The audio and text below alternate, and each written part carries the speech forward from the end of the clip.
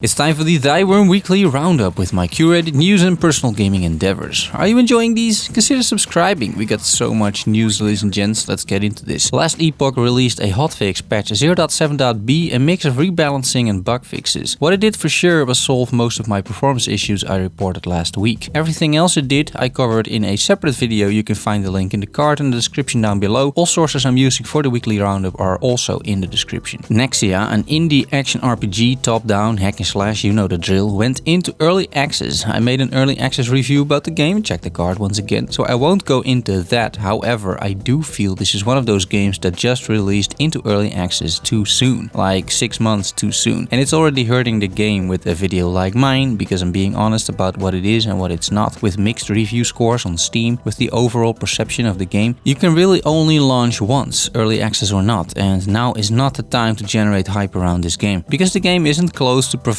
anything meaningful to comment on. The whole point of getting community feedback doesn't work for me, if I'm honest, because this is just too little to digest and form an opinion about. It's like showing a trailer of a movie and asking the audience what they should improve for the 2-hour final version. I'm thinking of putting my thoughts regarding this on paper and maybe make a separate video about it regarding all these early access titles with some research and examples. Let me know if that's something you'd be interested in. Grim Dawn released patch 1.1.5.0 and they claim it's their biggest patch of all time. Quite the claim, but you know, who am I to argue with those gods from Crate Entertainment? What an amazing game this is. I'm still a rookie with only like 150 hours or so into this, but man, am I enjoying my time with this game. Let's look at the patch notes highlights. They updated epic items and basically buffed them. They won't compete with legendary items, but they should be much more exciting. For the same reason, they updated almost all rare affixes as well. Sometimes by tuning them, but mostly by just making them more exciting, which I read as making them more powerful or original. Common weapons were also updated as part of the balancing to improve the sense of progression between tiers. Some other noteworthy features include an entire new tomb, the Tomb of the Heretic, within the Corvan lands. It has 12 new bosses, 4 new monster infrequents, 8 new epic items and 18 new legendaries. To gain access, you need to complete a quest as well, so this sounds super promising and I can't wait to test it out. I just haven't had time yet, even though I'm on holiday now and I can play games non-stop, but there are so many games to enjoy and play and I'm getting overloaded with things I want to do. Soon I will play this again. Those who own the loyalty packs can pick up new rewards from Lance of the Night. The Shattered Realm now has the option to progress beyond Shard 80. Everything else is basically changes to individual items, set items or the classes and their skills. If you were thinking of hopping back into Grim Dawn, and now is a good time. Wolcen released a status update. You can follow their progress on their publicly available Trello board, which sort of functions as a roadmap. The game is set to release January 2020, which is really soon, in 2 months. Along the way, they released an article indicating what they're working on, so let's see what they have in store for us. Be aware that all of these updates are things that are yet to be implemented, so this is a sort of preview. First, player characters are improved in terms of attack combos, character models, beard, hair and eyes. Second, armor and weapons. 11 tiers of armors and weapons will be available. Currently the game has 8 tiers, I think. 15 new uniques will be added and a bunch of cosmetics will make their way into the game as well, allowing you to customize armor and weapons. 4 apocalyptic forms will be available at release, which seem to function as some sort of ultimate or super ability. Wolcen Studios provides more info on this at a later date. 16 new skills are added, included 4 summoning skills for the Necromancer. The Gate of Fates, your sort of mini PoE passive wheel, will contain 216 nodes with 36 major nodes which really change abilities. The major nodes are the ones that contribute to your build primarily, while the others mainly just give you passive stat points. It should hopefully allow for a bit more character building, which I honestly found lacking in the current iteration of the game. It's one of the main reasons I like action RPGs, to try out new builds, and Wolcen in that regard doesn't really deliver all that much in my opinion, mostly because of the lack of interesting passives and the shortage of available skills, but that might be fixed with these passive wheel changes and perhaps also with the next upcoming feature, a skill mastery overhaul. Players can soon have several versions of the same skill in their skill bar. You can obtain one during the campaign and one during endgame. I can already see myself put up a wall of turrets and then watch everyone die, but alas, their cooldowns are shared, which might be killing the fun here. That does make me question the usefulness of this system, but we will see how this turns out. Encased is an isometric turn-based RPG with a sci-fi setting. It's an early access and it's already a really enjoyable game, very reminiscent of games like Pillars of Eternity or Neverwinter Nights. It's about a giant dome which is used to protect the outside world and to cloud what is going on inside it, the study of alien relics. Last week, Encased posted a weird picture which got the community thinking.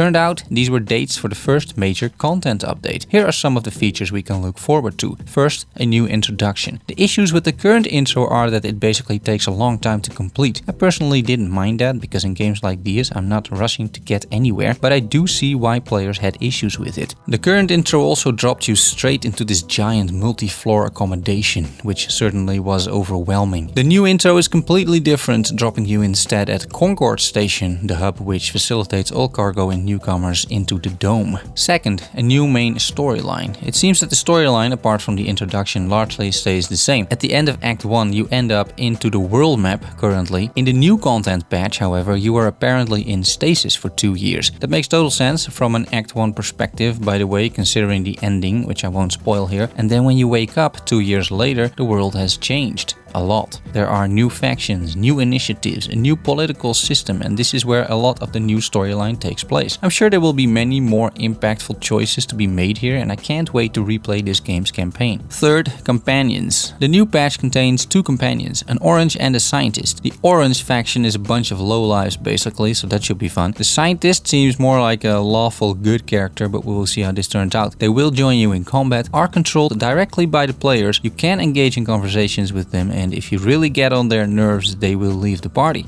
Nice. Fourth, mechanics. Encased has about 50% of the skills currently available, although quite a few are broken. The content patch adds new mechanics like psychic abilities and fixes others like heavy weapons. The ammunition system gets an overhaul with less caliber variety. That should make it a lot easier to find ammo, which is now very scarce because there are so many calibers available. New perks will be added as well. The content patch will be released in December and I'm really excited for this. If you like what you see here, definitely get the game. It's already good and it's only getting better from here, I'm pretty sure. These guys seem to know what they're doing. Stone Shard, an indie game I'm looking forward to, decided to update their prologue. Stone Shard is a challenging turn-based RPG with interesting, unrestricted character development and a complex injury treatment system. I played the previous prologue and got my ass handed to me several times. It's good fun though, and hopefully the final game delivers a lot of value in a couple of months. The Stone Shard prologue is currently available on Steam for free and serves as a demo. The prologue will also be part of the game when it releases on February 6th, 2020, where it serves as the introduction. The reason for the update were the vast amount of changes that Stone Shard has undergone since development started, and to reflect these changes the prologue now is updated too, so there's no big disconnect between the prologue and the final game. Some of the changes include a reworked UI, relevant stats and abilities, new health and injury system, more transparent display of hunger and thirst, improved dungeon generation, destructible objects and enemies opening doors, to name a few. Finally, the boss fights have improved the most, and those participating in the beta tests will notice that for sure, according to developer Encased Games. A small update on Bright Memory, the action shooter slasher made by a single self-taught Chinese developer. That this guy has some pretty extraordinary work ethics is undisputed, I would say, but the final release of the game, Bright Memory Infinite, is not simply a transformation from the current version to a final full-fledged release. No people, he decided to start again from scratch. Still, the entire game is supposed to be released in a year. For now, the demo version, basically the Bright Memory currently available on Steam, is on sale for only €3. That's a steal. Just get that and play that game, guys. It's really fun and worth it. Noita did a hotfix. Summon Deer Decoy was changed into Summon Deercoy.